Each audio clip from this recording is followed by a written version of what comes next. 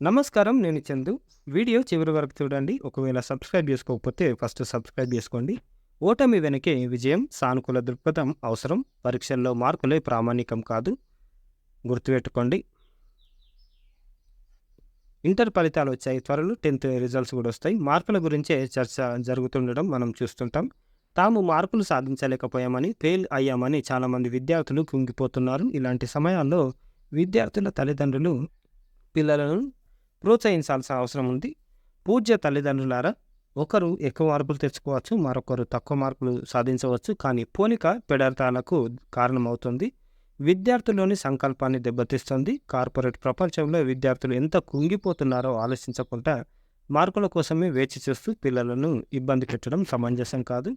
మీ బిడ్డ ఏదో కారణంతో పరీక్ష తప్పాడనుకోండి, ఆయన ఓడిపోయినట్లు కాదు, అమ్మాయి ఓడిపోయినట్లు కాదు. గెలుపు ద్వారాలు తెరుచుకునే ఉన్నాయని భరోసా కల్పించండి. మార్కులే ప్రామాణికం కాదని, పరీక్ష పోయినంత మాత్రాన పరువుకేమీ నష్టం లేదని బోధించండి. విశ్వవ్యాప్తంగా విజేతలందరూ తొలి ఓటమి తర్వాతనే ప్రపంచ పటంలో స్థానం సాధించారని వివరించండి. నీ మార్కులతోనే మా ప్రేమ తగ్గిపోదు, నువ్వంటేనే మాకు ప్రాణమని చెప్పండి. పెను సవాళ్ళు ఎదురైన మొక్కవోని సంకల్పమే విజేతగా నిలబడుతుందని ప్రేమగా హితబోధ చేయండి. మరి ప్రతికూల సందర్భాల్లో ఏం చేయాలంటే, మార్కుల ప్రతిపాదన కాదు అనే విషయాన్ని తల్లిదండ్రులు విద్యార్థులకు అర్థమయ్యేలా చెప్పాలి. పరీక్ష తప్పగానే జీవితంలో ఏదో కోల్పోయామనే భావన రాకుండా చూడాలి. మళ్ళీ చదివితే పాస్ కావడం, జీవితంలో స్థిరపడడం చాలా సులువు అని వివరించాలి. తక్కువ మార్కులు వచ్చిన వారిని, ఫెయిల్ అయిన వారిని ఏమీ అనకూడదు. కొ- నైపుణ్యాన్ని గుర్తించాల్సింది తల్లిదండ్రులే. ప్రతి మనిషికి 10 రకాల తెలివితేటలు ఉంటాయి. విద్యార్థులు ఎన్నిసార్లు చదివితే గుర్తుంటుందో బేరీజు వేసి చదివిస్తే ఖచ్చితంగా పాస్ అవుతారు. ఒకవేళ వరుసగా విఫలమైతే వారిని ఇతర మార్గాల వైపు మళ్లించాలి. విద్యార్థుల్లోని నైపుణ్యాన్ని గుర్తించి ప్రోత్సహిస్తే ఇతరుల కంటే ఉన్నతంగా ఎదుగుతారు.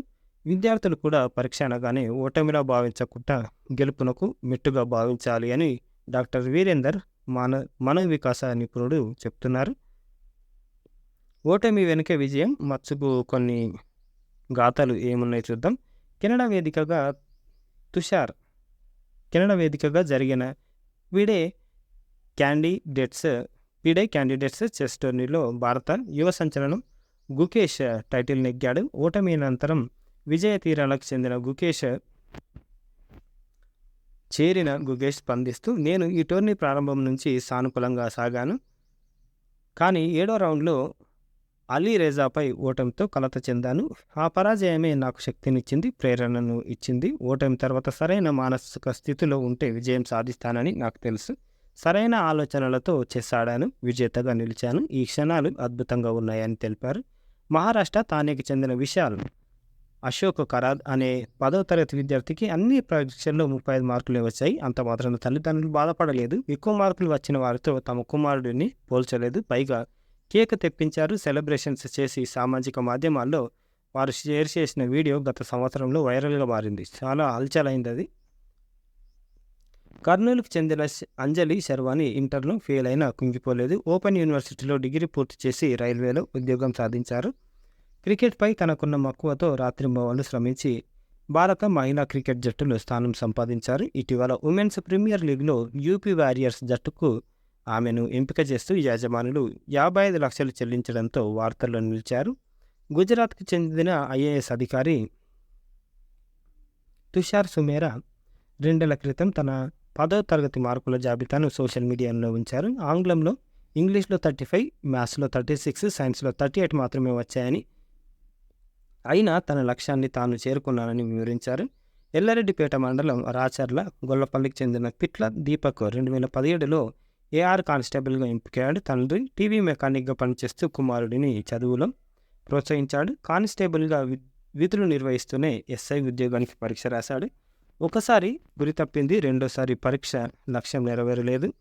అయినా ఆయన కుంగిపోలేదు. 3వ ప్రయత్నంలో ఇటీవలే ఎస్ఐగా ఎంపికయ్యాడు. పెగడపల్లి మండలం లాగలమర్రికి చెందిన పుప్పాల మమత కుటుంబం పరిస్థితులు ఎలా ఉన్నా ఉద్యోగం సాధించడమే లక్ష్యంగా ముందుకు సాగింది. Degree lecturer, junior lecturer, PGT, TGT, junior accounts ఆఫీసర్గా ఉద్యోగం సాధించి ఔరా అనిపించారు. ఆందోళన వద్దు, అవకాశాలు కోకొల్లలు. రాజస్థాన్‌లోని సర్దార్‌గఢ్ గ్రామానికి చెందిన హుకుమ్ దాస్ 1962లో 10వ తరగతి పరీక్షలకు హాజరయ్యాడు. పరీక్షల్లో తప్పాడు. స్నేహితులు ఎగతాళి చేశారు. పట్టు వదలని హుకుమ్ దాస్ 10వ తరగతి పరీక్షలు రాస్తూనే 2019 నాటికి 55 సార్లు 10వ తరగతి పరీక్షలు రాసి చివరకు పాసయ్యిండు. విషయం ఏమిటంటే అప్పటికే అతను గ్రౌండ్ వాటర్ డిపార్ట్మెంట్లో 4వ తరగతి ఉద్యోగం చేశాడు. 2005లో ఉద్యోగ విరమణ చేసిన పట్టు వదలని విక్రమార్కుడిలా 2019లో పాసై సాధించాడు. ఉమ్మడి జిల్లాలోనూ తమ వయసుతో నిమిత్తం లేకుండా 10వ తరగతి పూర్తి చేసి స్ఫూర్తి నింపుతున్నారు చాలామంది. విద్యార్థులు ప్రాథమిక విద్య నుంచి ఒక్కో మెట్టు ఎక్కుతూ 10వ తరగతి పూర్తి చేశారు. 1-2 రోజుల్లో పరీక్షలు పూర్తి చేసి ఉన్నత విద్యకు అడుగులు వేయనున్నారు. అయిపోయిన ఎగ్జామ్స్. చాలామంది విద్యార్థులు భవిష్యత్తుపై భరోసాతో ఉంటే, కొందరు మాత్రం ఫలితాలపై బెంగతో ఉన్నారు.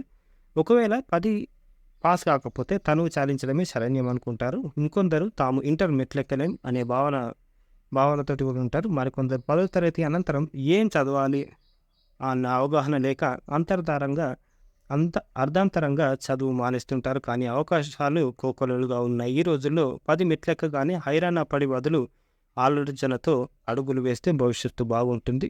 మరి పరీక్ష తప్పితే ఇక అంతేనా అంటే, జగిత్యాల జిల్లా మేడిపల్లికి చెందిన ఓ బాలుడు 10th క్లాసు పరీక్ష తప్పాలని ఆత్మహత్యకు పాల్పడ్డాడు.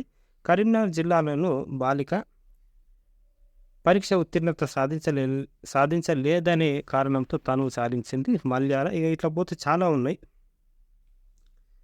ఇకపోతే విద్యార్థులు ఆత్మహత్యలకు పాల్పడి ఏం సాధించాలి? తమ కుటుంబాలకు పుట్టెడు దుఃఖంలో ముంచి తీరని విషాదాలకు కారణమయ్యారు. వాస్తవానికి 10th, ఇంటర్లో పరీక్షలు తప్పినంత మాత్రాన జీవితంలో ఏమి సాధించలేమనే భావన విడనాడాలి. పరీక్ష ఎలా గట్టెక్కాలో శ్రమించాలి.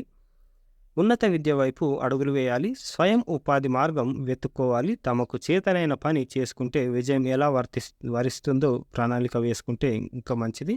కోట్లాది మంది అభిమానులను తన సినిమాలతో అలరిస్తున్న పవన్ కళ్యాణ్ తాను ఇంటర్లో ఫెయిల్ అయినట్లు వరంగల్ NIT వేడుకల్లో చెప్పారు. తోటి విద్యార్థులు కాపీ కొట్టారని, తాను నిజాయితీగా పరీక్షలు రాయడంలో ఫెయిల్ అయినట్లు ఆనాటి సంగతులను గుర్తు చేశారు.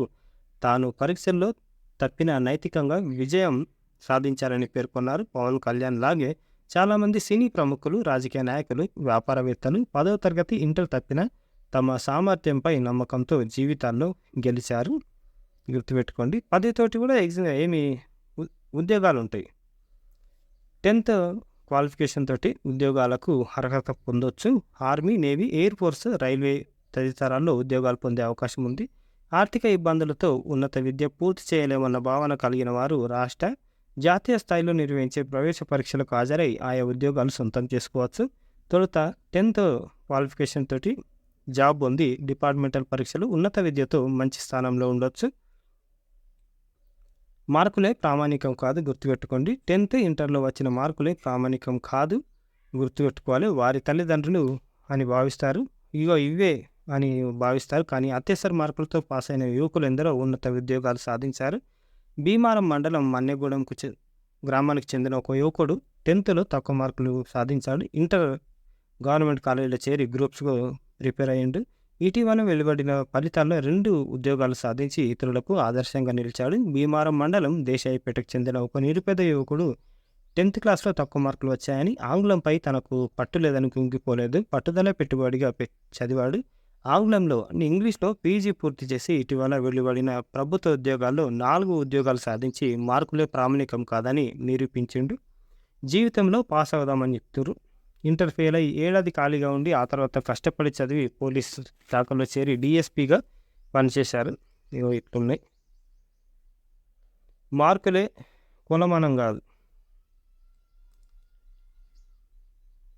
14416కి కాల్ చేయాలి. అన్ని విధాలా మనకు హెల్ప్ చేస్తారు. హెల్ప్ లైన్లు ఉన్నాయి. మనసు బాధ కలిగినప్పుడు దాని గురించి ఎవరితోనైనా మాట్లాడితే భారం తగ్గుతుంది, మనసు మల్లుతుంది. కానీ మనసు విప్పి చెప్పిన ఆ రహస్యాన్ని కడుపులో దాచుకుంటారన్న నమ్మకం ఎవరి మీద లేకపోతే హెల్ప్ లైన్లు ఆ భరోసాని ఇస్తాయి. ఓపికగా విని తగిన మార్గదర్శకత్వం చేస్తాయి. అలాంటి కొన్ని కేంద్రాలు నంబర్లు ఇవి: రోష్ని ఉంది, భూమిక ఉంది, కిరణ్ ఉంది, బీబీనగర్ ఎయిమ్స్, హస్రా, child line, iCall, Mitram foundation ఇవన్నీ ఉన్నాయి. ఇక లేదు అంటే గవర్నమెంట్ టెలిమానస్ ఉంది 14416కి, లేకపోతే 1800 891 4416. పరీక్షల భయం, ఓటమి భయము, ఒత్తిడి, ఆందోళన, కుంగుబాటు, ఒంటరితనం, సర్దుబాటు సమస్యలు, వ్యసనాలు ఎన్నిటికీ మనము కాల్ చేసితే వీళ్ళు రెస్పాన్స్ ఇస్తారనమాట.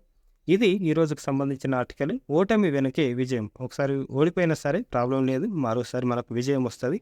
బాధపడద్దు, నిరాశలకు పోవద్దు. ఇది ఈ రోజుకి సంబంధించిన ఆర్టికల్. లైక్ చేయండి, షేర్ చేయండి, సబ్స్క్రైబ్ చేయండి. థ్యాంక్ యూ, ధన్యవాదాలు.